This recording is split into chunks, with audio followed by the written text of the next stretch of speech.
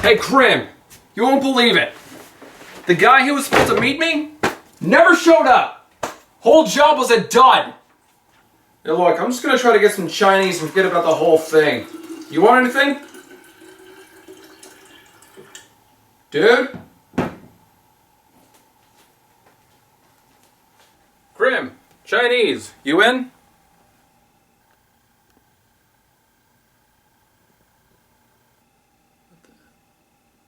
Hey, I thought you didn't work today. Hey, are you in? What the? Oh, his car's still here. Where is he?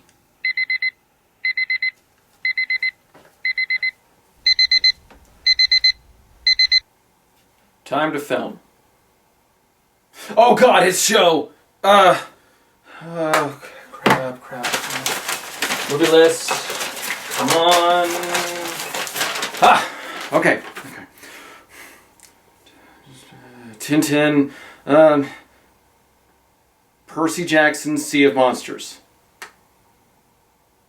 I can't review that, I haven't read the book yet! Crap.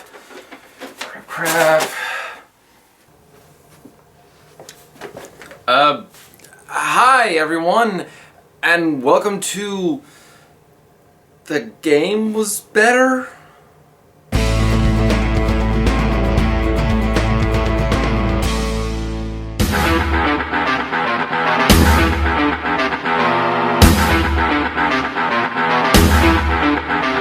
Oh my god, I have no idea what I'm doing. Hi everyone! So, who likes video games? Books and movies certainly have their winners and losers, and if you're into them for whatever reason, then good for you. But both books and movies have the same setup in that they're stories that affect the audience. Video games are uniquely interactive though, in that their stories affect and are affected by their audience.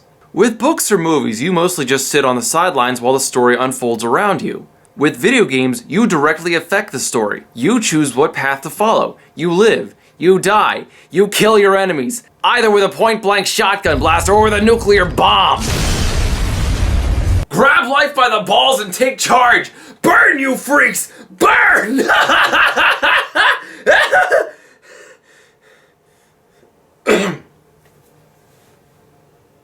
Video games are fun, and like books, they've been subject to some pretty horrible movie adaptations.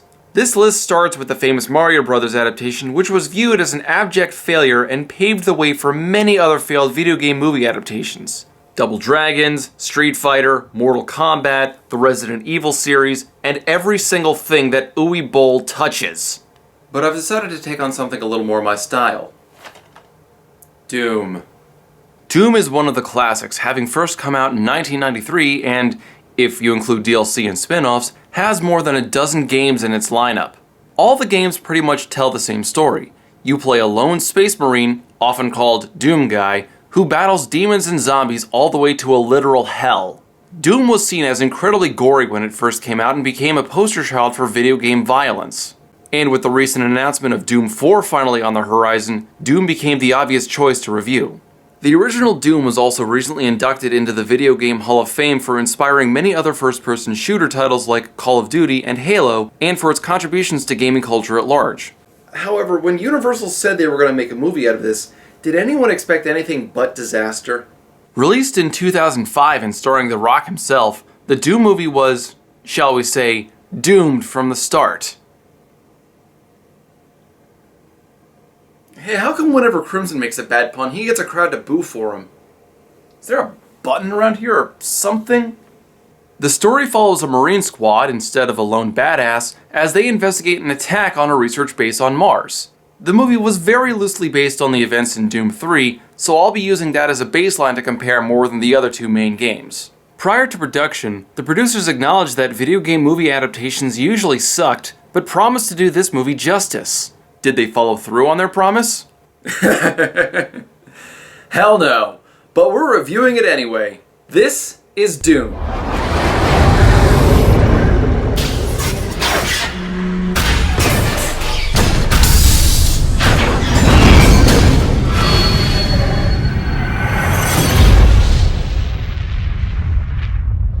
Appropriately enough, the movie starts by figuratively going to hell.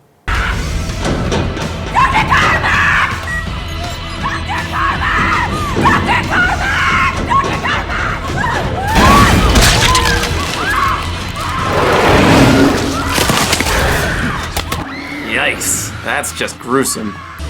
This is Dr. Carmack. Classified Research Alderai, ID 6627. We've had a level 5 breach. Implement quarantine procedures immediately. Implement quarantine procedures now. So basically, science happened and then it went wrong. Time to call in the Space Marine. Actually, we don't get one Marine, we get 8. And they're all led by The Rock. Son, you are now in the Rapid Response Tactical Squad, the RTS. Fall in. And like so many of these movies, they each get one average personality quirk. You have a black guy, an Asian guy, another black guy, a white guy, a newbie, a Christian, and a complete raging douchebag. You know, kid, it's funny. A couple days ago, I asked Sarge for a little pussy. And the next day, he brought you onto the team. I don't understand this. Why do so many movies and video games do this? Why would I want to keep a squad mate alive if he's a douchebag for the sake of being a douchebag? I'd rather just shoot him in the head. Don't give me an excuse, Portman. No one here will miss you. Of course, they don't all get such one-note backgrounds. John Grimm, codename Reaper, Get it? has a tragic backstory in which his parents were killed in the same excavation site that the team is being called to. This fact tries to force some sympathy in later scenes, but is otherwise completely pointless. He's the closest thing to a main character, and I say closest thing because the movie spends less than half its screen time on him. I know the Doom guy was basically a nameless, faceless badass, but that doesn't translate well when you're making a movie. Since video games put players at the helm, they can get away with this, but movies can't. The team gets briefed that something has gone wrong in the Martian base. UAC has shut down the lab, men. We need to go up there, locate the team, eliminate the threat, and secure the facility. Like in Doom 3, one of the biggest technological advances has been teleportation. The standard teleportation pad has changed from the game to this ball of floating mercury.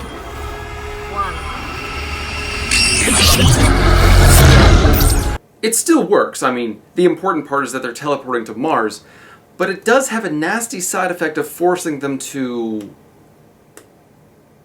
readjust their fluids. Is it always that rough? Believe me, it used to be a lot rougher. And then there's this guy. Marcus Penzorowski, you call me Pinky. Follow me. And thanks to that hint, the movie just telegraphed this guy's fate to everyone who's played the games, i.e., everyone this movie was made for.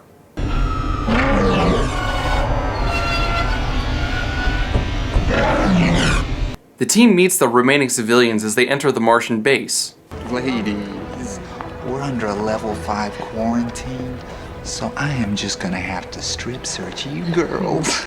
This guy, Portman, is such a prick. This kind of guy is why some games should have morality choices. You don't like a teammate? Fine, kill him.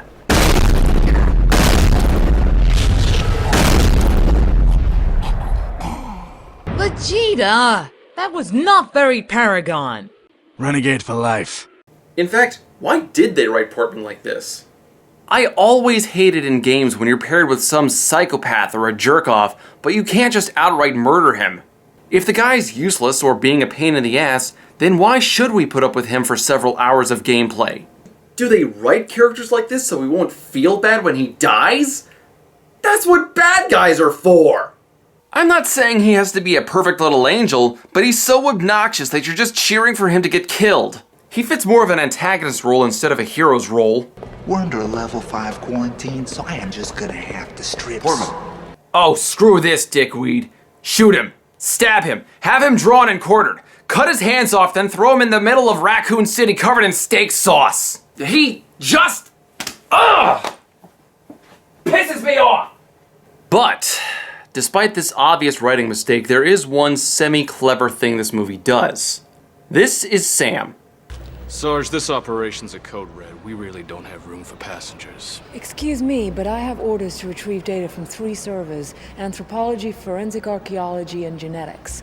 This is a military operation, Doctor. We're really not here to retrieve your science homework. Look, I got an idea. Why don't you ask your CO what your orders are? So, in most movies, this kind of bickering would mean that they were married or at least involved at some point, right? Tell me you didn't let a fine-looking piece of ass like that get away from you, Reaper. She's my sister. No shit. Don't do this again, man. Do what? This was a smart move because, as you'll see, the plot falls back on some classic cliches. Taking one away doesn't help much, but it is nice to see them doing something kind of different. Sam leads the team into the facility since she needs to recover some data for the United Aerospace Corporation, which doesn't become important until much later in the movie. She does have other information available, though. In one of the carbon dating labs, there was an internal phone left off the hook. Did you get any information from it?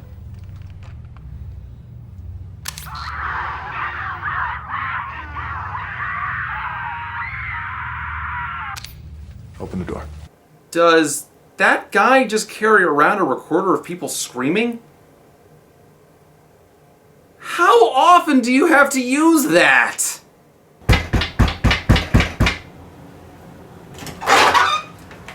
Hello, ma'am. I'm Agent Smith. This is Agent Jones.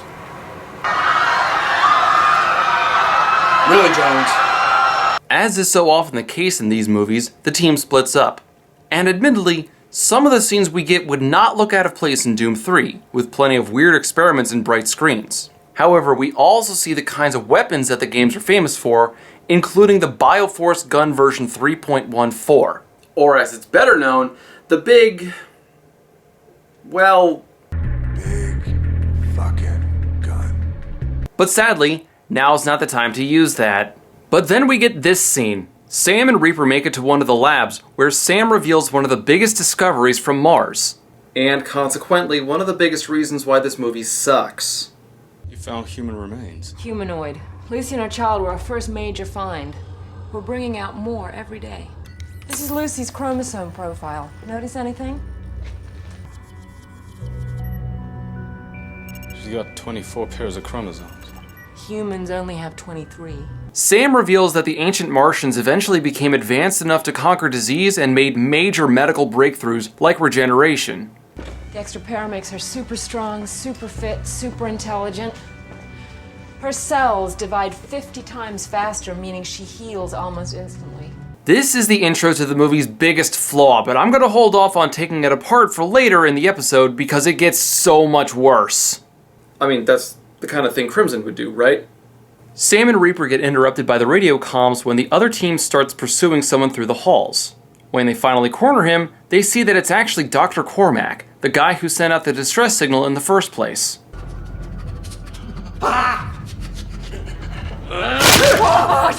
He's doing fine. Get a med kit. The team splits up again to look for more survivors while Sam tries to heal Dr. Cormack.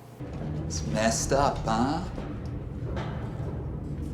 Guy like Carmack is trained to put logic before emotion. Ugh, Portman. Look, can we please just skip to this guy's death scene? Thank you. Reaver and Goat, the religious guy, also explore another hallway when Goat bumps into a can at the top of a staircase.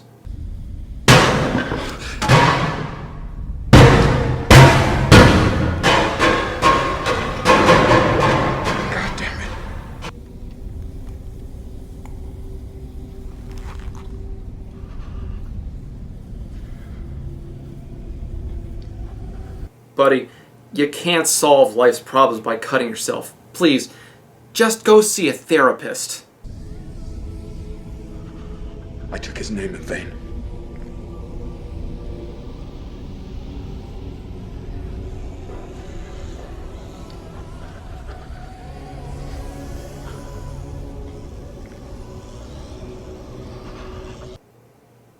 Make sure he's an expensive one! After they find a few of the surviving scientists, who have both turned into zombies, they come across one of these. Go, go, go! Reaper, what you got? We're chasing something! What do you mean something? Something big! The team chases the lone figure into the sewer, then jump in after him. Ugh, I hate sewer levels. They're almost as bad as underwater levels, am I right? But it doesn't end well as Goat gets jumped and bitten by an imp. Clear!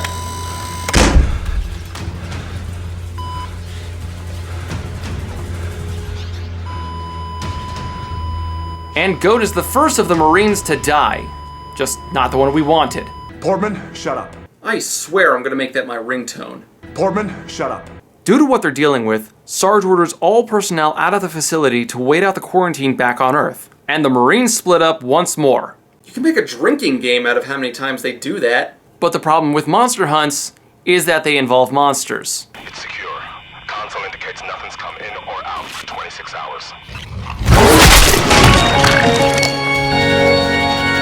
Sarge goes to the armory to pick up something more substantial, while Sam and Duke stay back to dissect the imp that the team brought back. This thing didn't butcher Willits. It is Willits.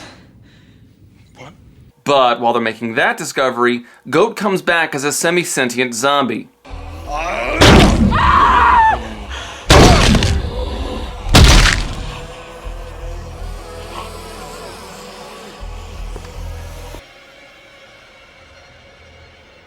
Goat knew he was turning. 30 minutes ago, he didn't have a pulse. I'm not sure it's safe to say he was all there. Meanwhile, Sarge heads back to the weapons division and picks up the big gun. The one we've all been waiting for. The Bioforce gun, better known as... Big fucking gun. And you know what? He never hits anything with it. Not once. I mean, he only fires it 3 times, and one of them was off screen.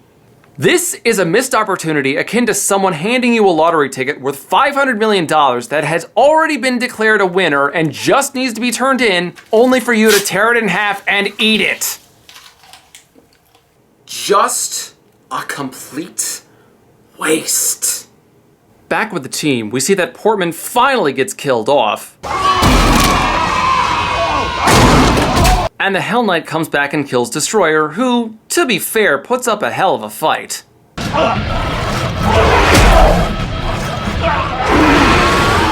However, with half his squad taken out, Sarge charges in to face Sam and get some real answers. I have lost 4 soldiers. What are you people experimenting with up here? And here, the movie finally reveals what the data Sam had been collecting was, and what the UAC had been experimenting on. What are you people working on up here? We're analyzing bones, artifacts. We're not doing anything like this. Then what the fuck is that? Sam tells the surviving Marines that the scientists on Mars had somehow rediscovered a compound called chromosome 24, which, like I mentioned before, allowed for incredible medical breakthroughs, including increased strength, speed, and also regeneration. But there was a catch. 49 minutes after injection, genetic mutations began to visually manifest on subjects' extremities. Chromosome 24 works in 2 ways. If you're a good person, it gives you the power boost, but if you're a bad person, it turns you into a zombie or a demon like the Imps and Hell Knights. Some it made superhuman, others monsters. This is so stupid! In each of the Doom games, hell is a literal place. You get fire, brimstones, demons, fireballs, evil architecture, tort lawyers, everything! Trying to write this off as some science experiment gone wrong spits in the face of everything the games were about. Fast-paced action that pitted you against demonic horrors that were trying to dominate everything. And it's such a simple plotline, how do you mess that up? The producers said they would do the Doom series justice, but then they pull this crap? This is why you suck!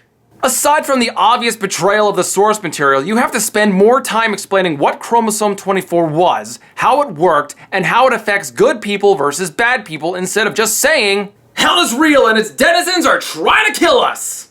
Aside from forcing us to miss out on some of the larger demons like the Cyber Demon or the Icon of Sin, the movie throws out the very basic theme of the games, trying to simplify the battle of good versus evil to a science experiment gone wrong, instead of a symbolic representation of the fundamental concept of morality. That's right, I can be smart too! The movie hasn't even been that bad up until this point. Campy and dumb, yeah, but this scene just takes all the fun out of it and puts a bad taste in your mouth. If Crimson were here, he'd probably have some quote from some author that would sum all this up perfectly. Yeah, that's a good one. Things only get worse for the survivors when the demons break through the security walls and jump through the teleporter to Earth. The facility back home is already a mess, with corpses everywhere.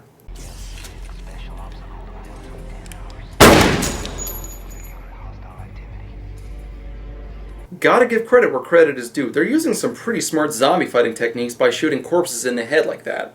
However, even after he's told that not all the civilians would be infected, Sarge still goes Black Mesa on everyone. We have orders to contain this threat by any means necessary. This proves to be their last stand, though, as the rest of them get taken out one by one. First, the kid gets killed by Sarge. Holy shit! Then Duke gets dragged through the floor like Hudson from Aliens. And finally, it's Sarge's turn. I'm not supposed to. Ha! Meta humor. So only Reaper and Sam are left to face an army of zombies. So Reaper steps up to the plate. And he promptly shoots himself. Reaper's injury is pretty bad, and with a bullet in his stomach like a broken bottle of Tabasco, he was running out of time. So Sam does the only thing she can think of and injects Reaper with chromosome 24, believing that he was a good person and that the new gene would give him the supposed superhuman abilities, including regeneration. And this is where we get the movie's most unique attempt, a 5-minute action scene all done from first-person perspective.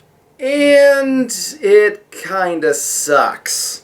I'll give it points for effort. I mean, not a lot of examples of this exist in Hollywood movies, and it does probably the best transition of first-person shooters to movie that it could have done given the feel of the movie up to this point. But at the same time, it's awkward, there's next to no weapon variety, Reaper doesn't move like a game character, and it does absolutely nothing to remind me of a video game. Do you remember that video that came out in 2013 by the band Biting Elbows? That was incredible, shot entirely in first person, but that worked because it was trying to be its own thing. And it was awesome! Proof that a first-person perspective action scene can work. At least for a 5-minute short. But this scene in Doom is the work of someone trying to copy a video game without ever having played a video game. This is a sort of whimpering desperation that...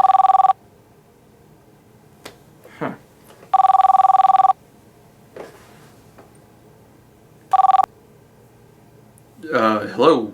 Crimson's phone. Crimson, there's been an outbreak. The Farpath Woods, 20 miles north of you. I need you to take care of it. Actually, I think there's been a mistake. I'm not really... This is no time for games. Lives are in danger. If we let one group of zombies remain loose, it could endanger the entire planet. You're the closest operative who can contain it. Now get to work. Before we lose control of the situation. Yes, sir. What the hell does he do for a living?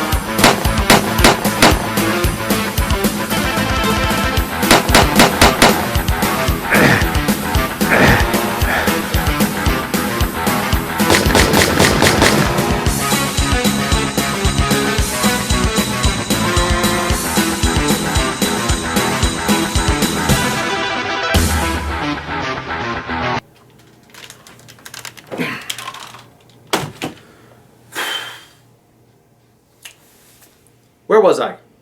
So after we see the world through Reaper's eyes, including when he killed Pinky, totally called it by the way, he finds Sam and runs into Sarge, who is starting to mutate. What'd you say we go outside and get some fresh air? So after Sarge wastes his last shot and completely misses, Reaper uses all of his wit and training to make every shot count. Oh, come on! Or he wastes his last round so he and Sarge can have a melee duel. I'm sorry, but what the hell is this? Sarge has a very good chance at escaping the facility and killing hundreds, if not thousands, of innocent civilians, and you're gonna waste your last bullet just to have a drawn-out melee fight with the guy?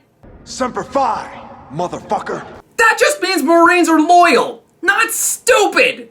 And this fight doesn't even feel like something out of Doom. And I didn't see anyone grab a Berserker power-up, so at this point they're just delaying the ending. Hey, if you want to make the final fight more exciting, then why didn't you just give them bigger guns? I'm thinking plasma gun or maybe rocket launcher versus BFG. Who would watch that?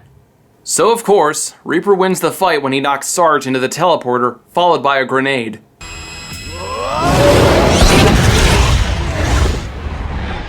So the movie ends with Reaper carrying his sister up the elevator as the only survivors.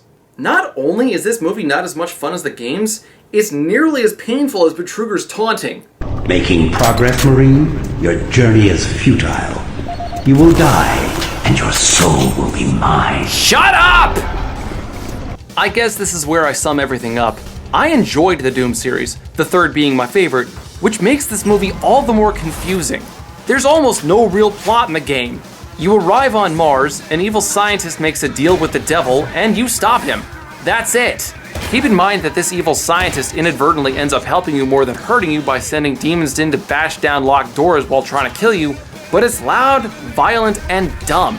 And sometimes, that's the best kind of game. If the third game was this good, then I'll be anxiously waiting to see what the fourth brings us. And I guess if I use Crimson's grading scale, I'd give Doom 3 a 4 out of 5. That sounds about right. The movie was not as fun though. There were scenes that looked genuine, but they could have been copied by the writer or director looking at screenshots or trailers of the game. It felt like it was very poorly researched, and while the acting wasn't bad, the plot about Chromosome 24 should have had everyone asking, how badly are we screwing ourselves over here? There was no way that could have ever looked good. Why even take hell out of the equation when it's so blatantly present in the games? Were they afraid of offending people? Your intended audience is likely used to people screaming swear words and racial epithets in multiplayer matches. I'm pretty sure they can handle something as commonplace as hell. There's some good to it, and the special effects are admittedly pretty cool, but a dumb script, bad research, and a completely wasted BFG makes this a movie to skip. It gets a 2 out of 5. I really don't know how they got the formula for making a good Doom movie wrong. My guess is that no one involved had ever actually held a controller before. There's no need to reinvent the wheel here, just stick to what the game was all about. The movie was loud at times and had some violence, but it tried to be way smarter than it had to. Doom's not some deep, meaningful game. I mean, it's not BioShock. It's about a Marine killing demons. Be campy and have a little fun, but don't try to appeal to everyone. That's how you fail. Find an audience and stick with them. Things like this make me worry about the upcoming World of Warcraft movie. As an adaptation, Doom gets a 2 out of 5. Whew. That wasn't too bad. It was actually a little fun. I can see why Crimson... Oh god, Crimson! I gotta sing the Doom song now!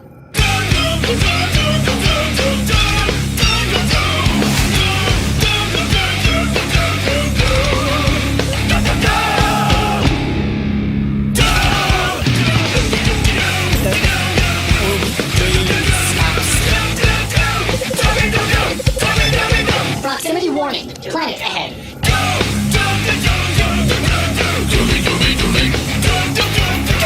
We're here! We're finally here! Ian! Ooh, what's that?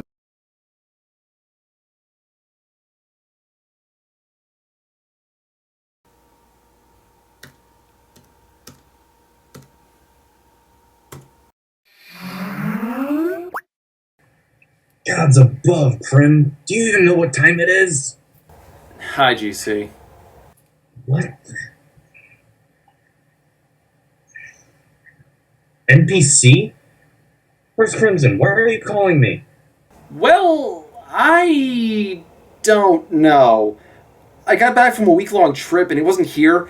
I found a sword and a note to call you if something happened to him, so... yeah. So let me get this straight.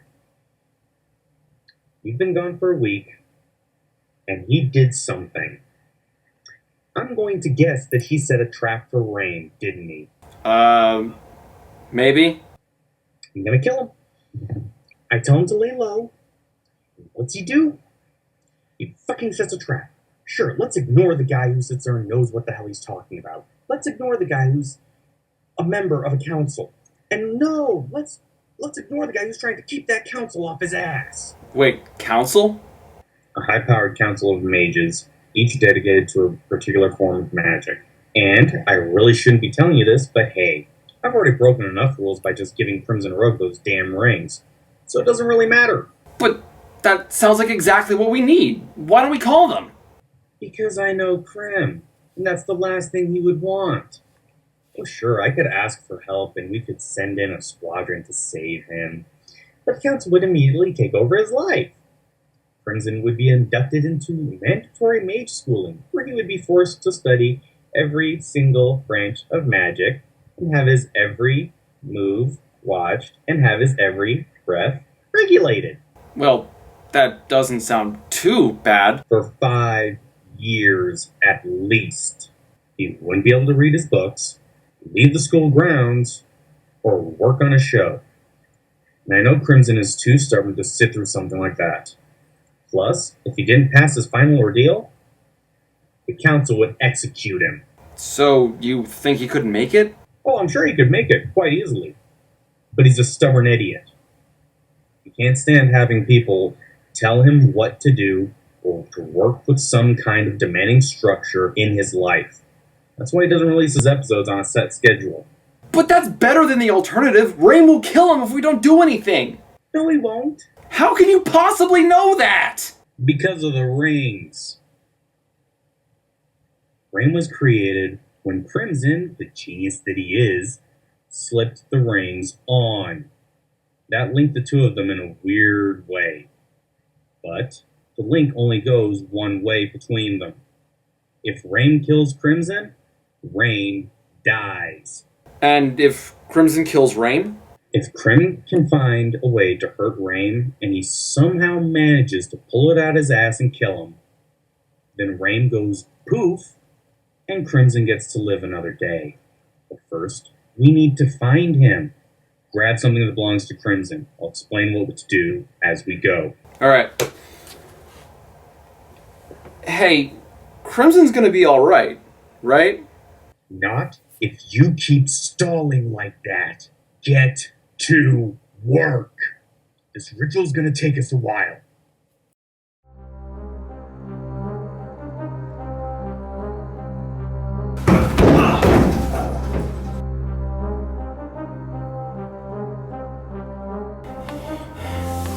Rain, you can't do this.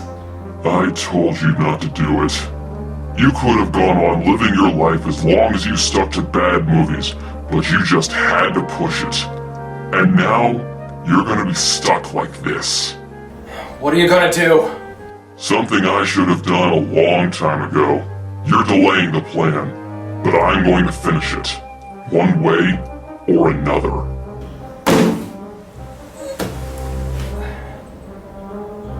No. Isn't this just what you wanted? Just a chance to sit down and relax? You, alone, with a good book? This isn't a good book. This isn't even adequate. I won't read fucking Twilight. Oh, you don't have to read it. You can just stay stuck in here while I force you to listen to the audiobook.